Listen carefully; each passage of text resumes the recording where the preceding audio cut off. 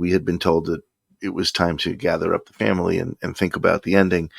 And we didn't really know what was going to happen. And I remember saying, Mom will know what to do, because she always did.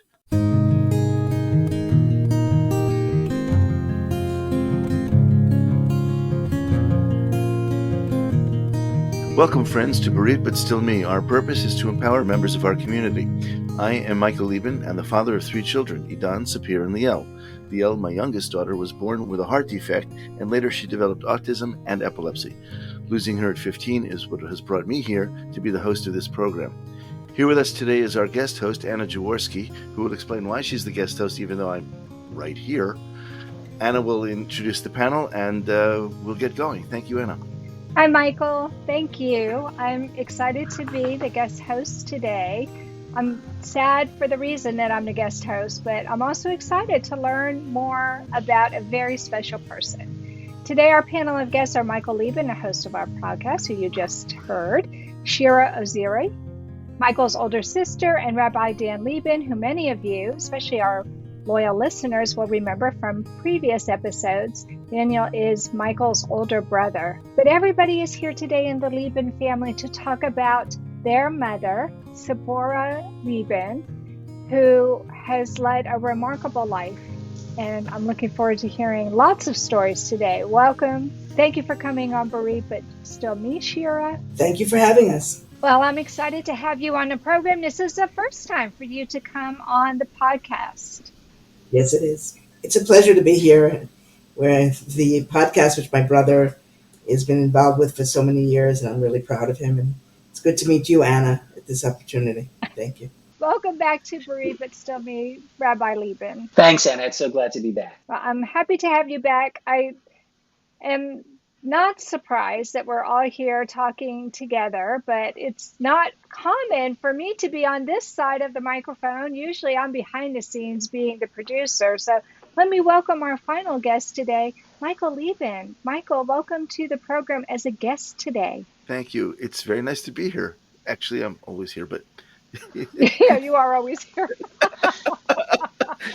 Let's go ahead and start by talking about who your mom was. I read the eulogy that Michael did, and she was an amazing woman. Taught us a little bit. You were the baby in the family. So what was it like being the baby in the family? Oh, thank you. I witnessed family history as a very young child, so there's a lot that happened around me or before me that I was rather unaware of. But I'll say this. My mom was born in 1927. She was born into a religious family. I don't know what happened to circumstance that day that my parents could meet. In the eulogy, I wrote that circumstance broke early for dinner and allowed them to meet, because otherwise they're from 2 completely different backgrounds. And in fact, they grew up not far from each other. They were both born in the Bronx, New York. My father was 4 years older than my mom, and I'm sure that they must have been on the subway at least once at the same time without knowing it. So there's that. But what makes my mother's family unique in that sense is that her father was one of those crazy people who thought that soon the state of Israel would be born. And so to prepare, he spoke only Hebrew at home in New York in the 1920s, which is kind of rare. So my mother's first language was Hebrew. Circumstances being what they were, she spent some time living with my grandmother, and so her second language that she picked up was Yiddish. And when she got to elementary school, she spoke English with an accent. She used to say, I spoke English with an accent. So her world was completely different. Her life was completely different. And as a very young child, she had spent some years growing up in what would later become Israel, in Tel Aviv, in the 30s, and eventually was evacuated in 1940 because World War II was coming. And the British, who were in control at the time, got everybody out who didn't have to be there. So that's in a very short history of my mother's background. Now, it happened at age 15, she met my father, and this is the 1940s, and so at age 17, she married my father. My father at the time was a soldier getting ready to go to Europe for World War II, and so they were married on a base in Fort Benning, Georgia. The only wedding guests were patients at the base hospital. The community of Fort Benning sent them a bottle of wine, and a sponge cake. And that was it. So the 17-year-old girl marries a soldier who then ships off to Europe. And I'll let Shirah pick up some of the holes there. Our mother, as Michael said, grew up in Israel as well as in the United States.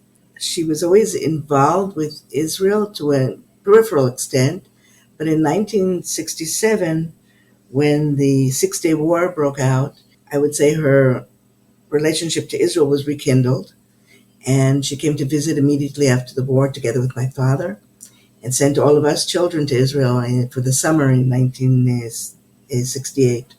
Which really sparked something in our family and put us on a path to eventually come and immigrate to Israel. I was the first to immigrate to Israel in 1973. And in 1986, my parents arrived in Israel and lived in Jerusalem and established their home in Israel. My mother had worked in Israel for about 10 years. She was very involved as a leader of the Jewish people of the Zionist group that was interested in immigration to Israel. I would say in the States, she was very involved. She was the president of the North American Aliyah movement. And when she moved to Israel, she continued to work with the Jewish Agency. And she became a speaker, a very well sought out speaker, very, very much requested internationally to speak about Israel, the growth of the country as a young country. And she had the privilege of traveling the world and talking about Israel in many, many countries in North America, South America, Europe. We were all very, very proud of her. It was very important to her and something that she really loved doing very, very much for the 10 years that she was here, the first 10 years in Israel.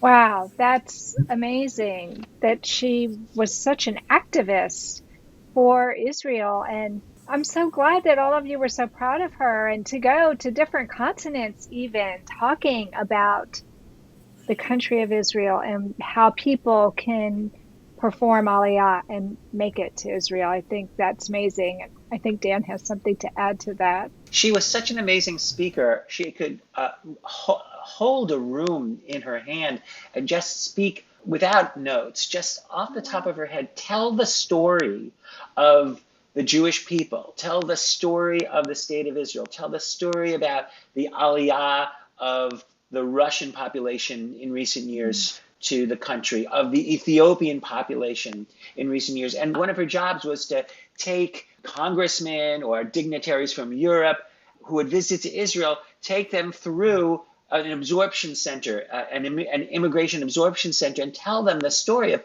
what these people are doing here, how they got here, and what their lives are now going to be like. And she would tell the story and then intertwine her own life story right into their story. So her story, the story of immigration, the story of the state of Israel, all became one coherent and very fascinating tale that she would present to people. Then she would add a joke at the end. She would end the story by telling about her own family and how 3 of her 4 children followed suit and made Aliyah to Israel. And then she would say, and then there's my 4th son, the black sheep of the family, who stayed in America to become a rabbi. So people used to hear this speech of hers and they would love the speech. And people who I didn't even know would come back to America after their tour in Israel. They would call me on the phone and they'd say, oh, Rabbi Liben, I met your mother. She was so amazing. She told this amazing story about her life and Israel. It was really, I learned so much. And then she made a joke and called you the black sheep of the family. And I used to hear this for years and years and years. And she loved that story. It was always the way one of the ways she liked to end her very dramatic story about Israel was with this little joke. So. On that note, I want to grab a hook. A couple of times in my lifetime, my mother was given the gift of prophecy. And I think it was after 1968 when we had all made our first visits to Israel. She sat back. I remember we were in a restaurant. She sat back and she said, you know, I could see us all living there. And it was done, right? So, well, except for so Dan. black sheep over here. Yeah. Became a rabbi. My gosh. What were you thinking? Dan? I don't know. I just don't know. Anna, I got to rethink this whole thing. Well, your mother sounds amazing, and the fact that she was so well versed in the state of Israel. And it sounds to me like not only well versed in the history, but it sounds to me like she's a bit of an extrovert and that she had no problem talking to people from other countries and finding out what made Israel important to them. Was she the Hmm. kind of person who was maybe a bit of a social butterfly and was out in the community? She had a large public persona. That's how I always saw her. She had a large circle of Wow. friends. She was very social, and she was a wonderful speaker. It's interesting because my dad was an attorney in private practice, so he also was a very good speaker. He, go to court and did very, very well. And interesting, you're looking at three of their children here who are also very good in front of a group, and I think we got that certainly from both of our parents. And all of us, all the jobs that we've had over the years, I was a teacher for almost 8 years. I've been doing this. I mean, it's harder to feel like you're in front of a large audience when you're in a small room with a microphone, but we are, and we've never been taught to shy back from that. I now speak to groups on the subject of transplantation. I was a teacher for about 18 years, both at the university and in high schools. So we're not afraid to get out and speak. I think Dan's right. That really does come from both of our parents who, by profession or by demeanor, were very willing and able to go in front of anybody without notes. My mother, the most impressive thing is if you've ever watched my mother work, no notes. And it's not like she stayed home and memorized it. It was just extemporaneous. It came from a place that she could just turn on the script and let it roll. Part of it has to do with having done the same thing so many times, and part of it has to do with just being so much a part of the story that you're telling. And that's a special gift that both of my parents had. Absolutely. Dan mentioned that my mother would very often come to the absorption center with the groups and give them the intro where they've landed when they got off the bus and give them the story. And then she would say, and now I'll hand it over to the director of the absorption center. And that was me. But people didn't realize that it was their daughter. Oh, And I was the director of the absorption center, the largest absorption center in the country, with over 1,000 immigrants from 24 different countries at the same time.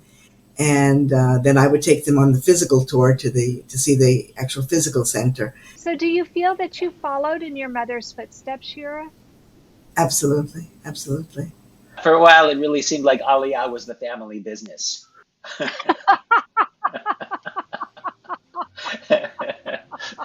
Israel was a family enterprise. I love it. I love it. In fact, I believe Okay. in 1948, Ben Gurion was considering calling it Liben at some point. I made that up. You are listening to Bereaved But Still Me. If you have a question or comment that you would like addressed on our program, please send an email to Michael Liben at michael@bereavedbutstillme.com. That's michael@bereavedbutstillme.com. This content is not intended to be a substitute for professional medical advice, diagnosis, or treatment. The opinions expressed in the podcast are not those of Hearts Unite the Globe, but of the hosts and guests, and are intended to spark discussion about issues pertaining to congenital heart disease or bereavement. So now I want to talk about anticipatory grief, because all of you were dealing with a variety of losses. And I want to talk about some of those losses and how your family has dealt with them. I know we started by losing your father much earlier than your mother. And I kind of got the impression from hearing about your mother through Michael that after her husband was gone, she was ready to follow, that he was the love of her life. And I would love to hear more about that. When I think about my mom and my dad, I think about the ways in which my dad, throughout his married life, helped my mother manifest and become who she needed to be at that stage of her life, Mm-hmm. which was different in different eras. Shira and Mike both talked about how my mom kind of began to revisit Israel in her life in a very serious way after the 1967 war. But there was a whole period before my parents became involved in Aliyah and in Israel in their work, where my mom did completely other kinds of work. She ran adult education and extension programs for universities, first for New York University and then for Hofstra University on Long Island. And all of that came out of her volunteer work as a mom living in Valley Stream, Long Island, who got involved in something called the Community Arts Council. So she had these different things that she did at different stages in her life, became more and more of a very busy professional. And it was my dad who encouraged that and enabled that and made that happen. I think in my family, the way I look at it is we were raised to be feminists before there was a feminist movement. I love that. And my mom just really exemplified that. And my dad helped her to do that. As a matter of fact, even from the very beginning, just by when they got married and he was only 21 and she was 17, he rescued her from this very difficult childhood that she had, going back and forth across the ocean, as Mike described, during the 1930s, and gave her the opportunity to lead a normal, in quotes, a more normal life, and to raise a family. And I think she was so grateful to my dad until the day he died for all of the opportunities that he made possible for her, both for them together as a couple and as a family, and for her uniquely as an individual. So when he began to fail, it was really frightening for her because she was already having memory issues and depended on him for everything. And then she needed to become the one who was actually in charge as his failings became worse than hers. That was a rough time in their lives. He was always there for her. And so it's true. It was hard for her when he passed away. But I think in a lot of ways she bounced back. I think she really did the very best she could in those years, even as her own health continued to deteriorate. She did the best she could to look forward because she always looked forward her whole life. She was a person who faced adversity from a very difficult childhood and then faced adversity with a very difficult end of life. I like to say about my mom that she had a tough beginning and a tough end, but she had a darn good middle. I've never heard that, but it's absolutely correct. I just want to add 2 points on that. We were raised to be feminists before there was a movement. I think it's really important that we have to remember this.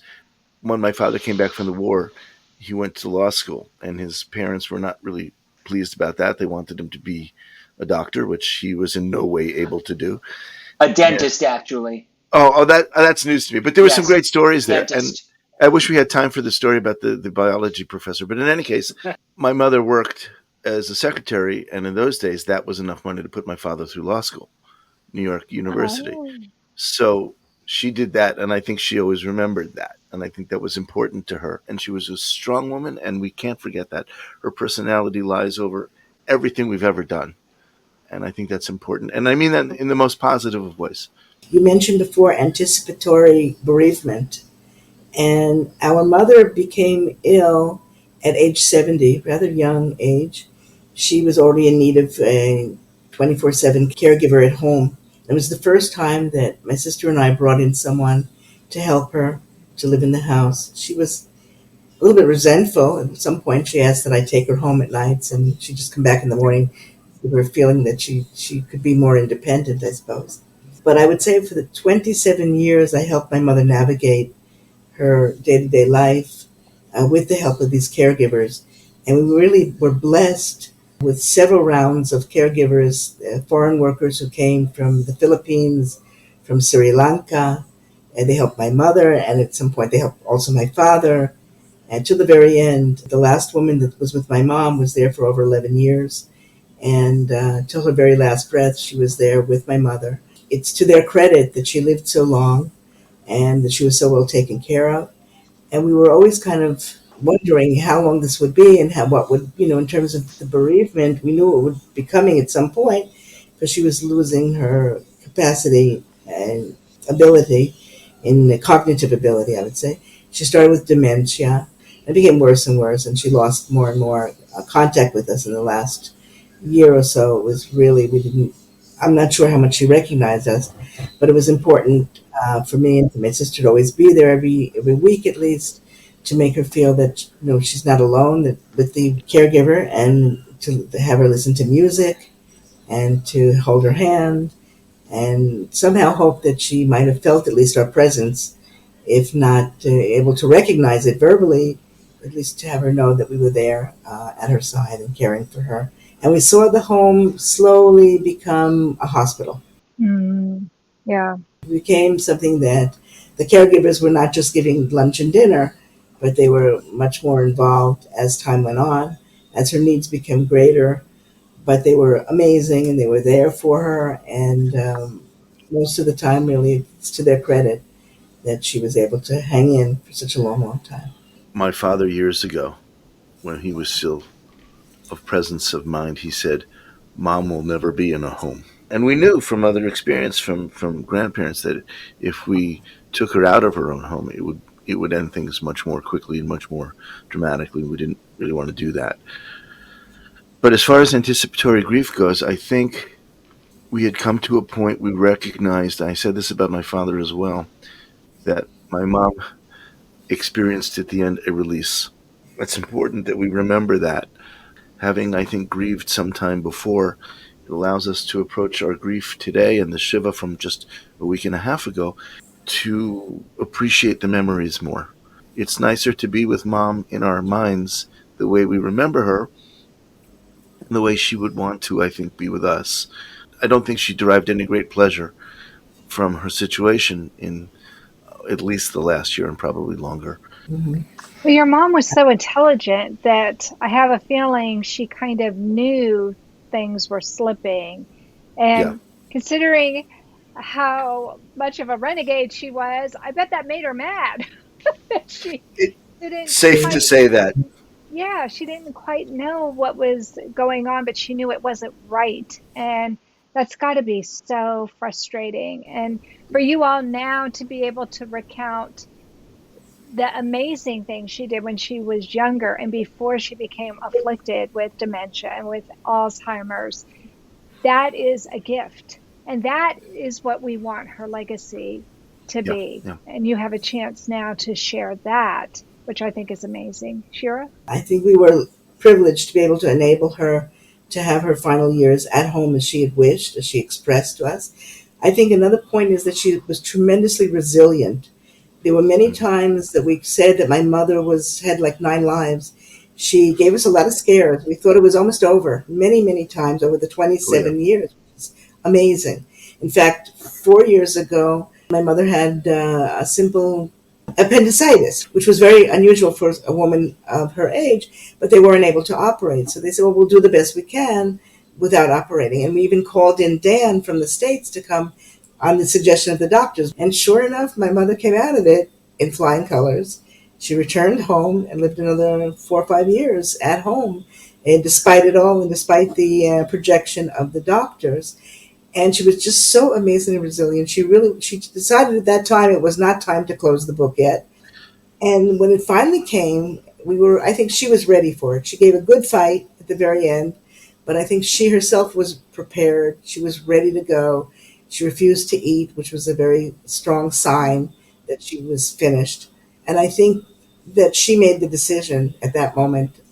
It's been long enough, and it's time for me to go. And she went elegantly, I think, hopefully without too much pain. She knew that she had done what she could. It was time for her to be with my dad, and it was time for her to say goodbye. And so she did. And I think it was amazing, her resilience and her willingness to come back when she could, and when it wasn't, it just was time. It was time. And it was appendicitis again, wasn't it? That it was the appendicitis that landed her in the hospital. We had a guest recently who was talking about modern medicine, and he said that medicine today doesn't just heal you; it brings your body to a point where you can heal yourself, and that's a really important thing. And I remember one of the episodes where Mom had a very serious heart attack, and they told us then, 100 years ago, they told us this was it; they couldn't save her. I remember sitting with my siblings in the waiting room at the time, and we had been told that it was time to gather up the family and think about the ending. And we didn't really know what was going to happen. And I remember saying, Mom will know what to do, because she always did. And I think that night she came back because she wasn't finished.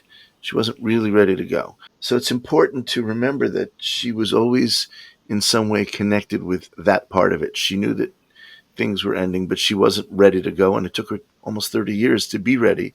And I do believe that at the end she went slightly defiantly, but she also went ready. Well, I mean, it wouldn't surprise me if it was slightly defiantly, because it sounds to me like she was slightly defiant about a lot of things, and that's how she was able Everything. to accomplish as much Yeah. as she did and raise four amazing children. And how many grandchildren and great grandchildren? I mean, she's just lived an amazing life.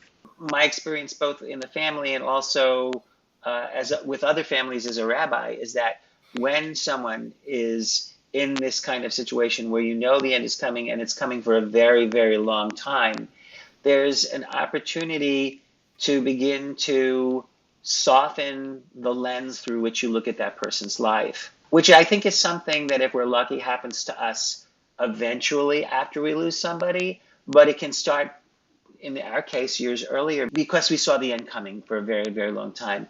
And the fact that my siblings in Israel had the privilege of being there on the scene, taking care of her in a way that I didn't. I was far away, but I could see that for some of my siblings, it really gave them an opportunity to let go of some of the conflicts that they might have had, parent-child conflicts when she was younger, because there was a different reality now, and that reality took over and gave all of us an opportunity to be more generous with the way we see each other and our mom and our family, and to be more understanding and loving about all of it. And I think loss happens to all of us, but when we're lucky, that's something that we can grow into, that kind of softening around the edges of relationships and things that might have happened, and how we choose to view them as we move on with our lives. Having lost my own mother several years ago, I can agree 100%. We didn't have the luxury of a lot of time to prepare, though. We found out she had cancer in January and she was gone that February. So it happened very, very fast for us. But I agree with you. Once you are aware that the end is closer than you would like it to be, it does give you a chance to view your mother through a different lens. And for me, I feel lucky that as my mother aged, she became a little bit more mellow and she was easier to be around. And I think we grew to have a different appreciation for each other when she saw me become a married woman, and then when she saw me become a mother, and she didn't get a chance to see me become a grandmother. And I'm so sorry, because I have so many questions I would like to ask her now that I didn't get a chance to ask her. But I know with your mother that the grandchildren would often go visit. And I know that Zipporah had a very special and close relationship with your mother. And I just feel like she was so blessed to have not only Shirah and Michael close by, but also so many grandchildren who really treasured her. If you've enjoyed listening to this program, please visit our website, heartsunitetheglobe.org, and make a contribution. This program is a presentation of Hearts Unite the Globe and is part of the Hug Podcast Network. Hearts Unite the Globe is a nonprofit organization devoted to providing resources to the congenital heart defect community to educate, empower, and enrich the lives of our community members. If you would like access to free resources pertaining to the CHD community, please visit our website at congenitalheartdefects.com for information about CHD, hospitals that treat CHD survivors, summer camps for CHD families, and much, much more. Now I want to talk about Mom's legacy. And we've already started talking about her legacy, because how can we talk about Mom without talking about her legacy? It seems like it's too intertwined. We know she had 13 grandchildren, 22 great-grandchildren, which may be increasing in number today, even as we speak, which is really amazing. So what would you say are some of your mom's greatest gifts to the world? And Shirah, I'd like to start with you. To us, her legacy was teaching us very, very strongly the love of Israel, the importance of family, and love thy neighbor. I think it was very important for my mother to love the other. On Shabbat dinners or on Passover, we would always have strangers come, that we weren't familiar with before, to come and learn about our customs, be welcome in our home. We had lived very close to the airport on Long Island, so it was like a natural stop, either to or from the airport, to come to the Liben home, because Zipporah would always make a meal and send them off or receive them in either direction. So I think those are the things that we really learned. Our legacy was really taught by my mother and by example. For her to leave such three amazing gifts to you, her children, and I'm sure you pass those gifts down to your children as well. Yes, for sure. I was home last, so I spent more time with my parents than anybody else because everyone systematically went off to college. And I was alone as an adolescent with my parents. Some of my earliest memories of my parents is they threw the best dinner parties. They loved having guests. They loved having family. We have family from out on the island, and we have family from Pennsylvania. The highlights of my life were having them in. Now, if you talk about the Seders, my mom's family would come in. She was a Jewish mother, and so, of course, there was much too much food. Well, what if everybody wants chicken and roast beef? You left my parents' dinner parties feeling really good and welcome, and that's important. Of the stream of people that would come from the airport, Shirah forgot to mention that a lot of them came because she told them, when you get to America, look up my folks. So there's that. But the story that I remember has nothing to do with that because all of these were Israelis who were coming through. And, the entrance to the United States, you go from the airport through customs to the Lieben's house and then enter America. But we had another episode that I don't think my siblings know about. I was in high school one day and some guy shows up in front of the house and he opens the front of the car. Obviously, his car's not working and he's stuck. And my father went, who is this guy? He was from Greece and he had to get to the airport. He was flying home and he was literally stuck in front of our house. So we brought him in, figured out who he was, what's going on, gave him some food, calmed him down, got him to the airport, and he said, please, this is my girlfriend. Call her up and tell her Panos loves you. And my father did that.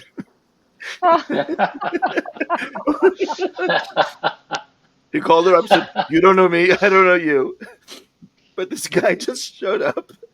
He's on his way to Greece, and he asked me to call you and say Panos loves you. So there you go. So those were my parents, very trusting and wonderful hosts to literally And they never anybody. met a stranger, it sounds like. Well, there aren't strangers. There are friends you haven't made yet. That's all. I love it. That's a beautiful legacy in and of itself.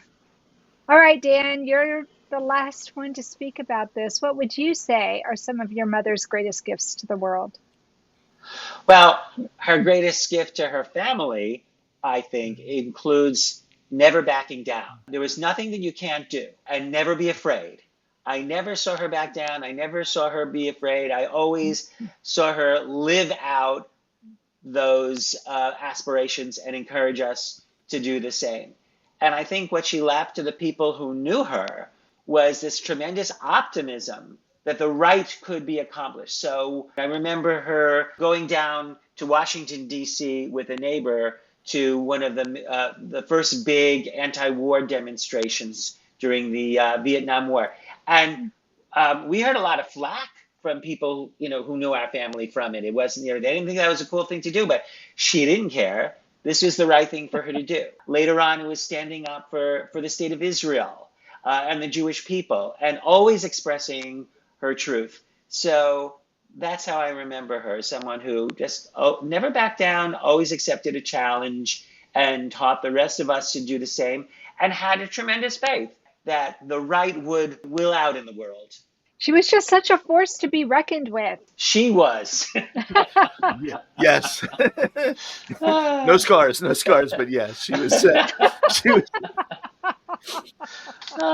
She was a brick wall sometimes, very loving brick wall, but still. I was disappointed when my husband and I visited Jerusalem. that we didn't get a chance to meet her, but Michael said she wasn't up to it. But I feel like I know her. I've heard so many stories about her over the years. Michael and I have known each other for about 25 years. No So, longer. yeah, for a long time. Mom got brought into the conversation very early. I mean, she definitely was a pivotal person in the family. So I feel like I know her. And I love the stories that you all have shared about her. So, Michael, did you want to say any last thing here before we go? It was important to me that my children would have a good relationship with their grandparents. My kids were the youngest. My kids were here and never lived anywhere else. And so they had grandparents who were very close to them. When I called Sapir a few weeks ago and said, we've lost grandma, she said, I can't talk, I'll call you later. And she hung up the phone on me. Their relationship was that close and that personal, especially I think with Sapir. Idan would go to visit her when he decided to get married. It was like a pilgrimage. He brought his fiancée to meet my mom. I don't know if my mom was able to really pull all of this in, but she was at a point where she could still talk, and she would say, well, hello, dear, that's lovely to see you. And all the buzzwords were there.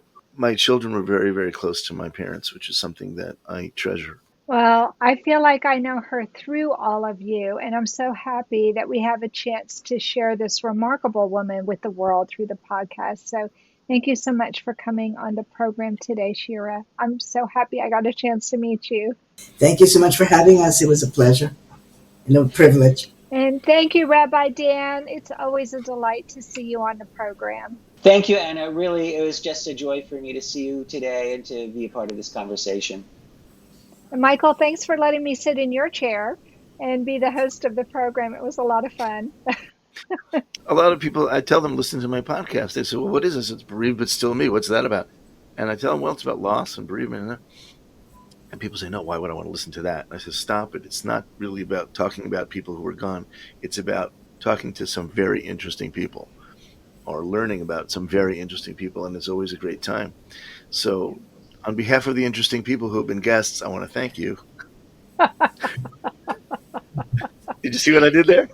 I see That what was you great. did there. Thank you so much. It's been a pleasure, and not having to look at a clock has been a joy. And to just speak freely about Mom with you is always a joy. So thank you so much. So that does conclude this episode of Bereaved But Still Me. I would like again to thank the Liben family for sharing their beloved mother, Zipporah Liben, with the world. Please join us at the beginning of the month for a brand new podcast. Michael will be back as the host next month. But until then, please remember that moving forward is not moving away. Thank you for joining us. We hope you have felt supported in your grief journey. Bereaved But Still Me is a monthly podcast, and a new episode is released on the first Thursday of each month. You can hear our podcast anywhere you normally listen to podcasts at any time. Join us again next month for a brand new episode of Bereaved But Still Me.